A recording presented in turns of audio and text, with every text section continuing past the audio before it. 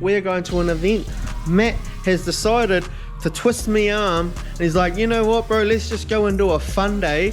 He'll bring his car, I'll bring my car, some of the other boys are going to bring their cars, and let's just go out and have some fun. So that's the aim here. We're going to do the little bits and pieces, do an oil change, whatever we need to do, and I'll bring you guys along on the journey. Alright, so we've just replaced the arm. The wheel's looking nice and straight now. Before it was just all bent in due to the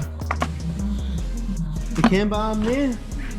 Just finished draining the gearbox oil. I don't know what you guys use, but I use this for my gearbox. If you guys ever are wondering what to run in you guys' dog boxes, I run that. And oil wise, I run the 1560. Pro tip, do an oil change every single track day. Just change the bloody oil. It's simple, it's not hard. Just stop being lazy. Alright, so as you guys would know in some of my in-car footage, you guys would actually see the dry sump tank down here. You guys are probably wondering why I run it there instead of in the boot where some people have them. Personally, it comes down to a personal preference. I would prefer it there as close as I can to the motor to keep the lines nice and short. I've seen people run them in the boot. I've seen people run them behind the passenger seat. Logically, it just doesn't sit well with me. Let's fill this puppy up, eh? Alright, now we've put the oil in. Whatever you do not start the car when you've got a dry sump set up. You must prime it beforehand, and I'm not saying crank it. We've actually got to take off this belt here and spin the pulley to the dry sump tank and let it pressurize on its own. I'll show you guys how to do it in 1 second. I just got to get the belt off. So I've got the belt off. What I'm going to do is I'm going to do it by hand. Usually you would do it by drill, but ever since I've put the dry sump in, I've always done it by hand. Alright, let's give her a start up.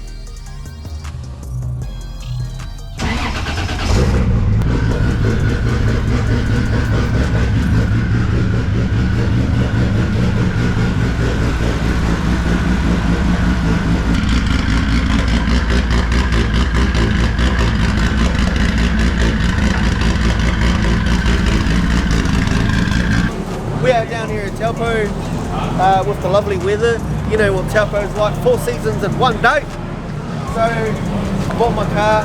We're at an event called Carnival. Obviously with the weather like this, you know, it gets a little dicey out there.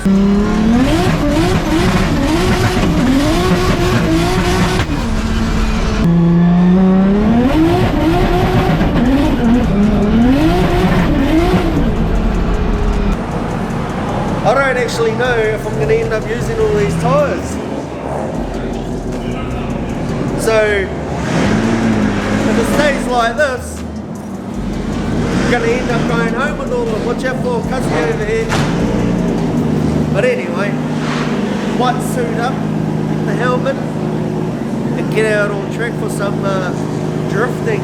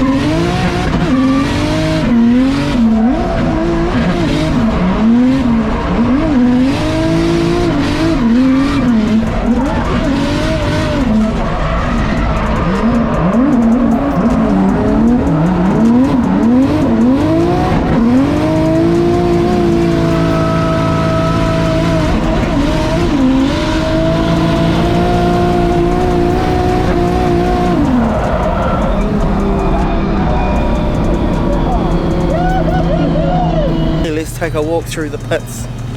Ooh, got this GTR. You know how much one of these bad boys go for nowadays? Like $250,000. It's got the green slime cam covers. Now I can't really say anything bad about it because it's such an immaculate job that he's done here. How much power?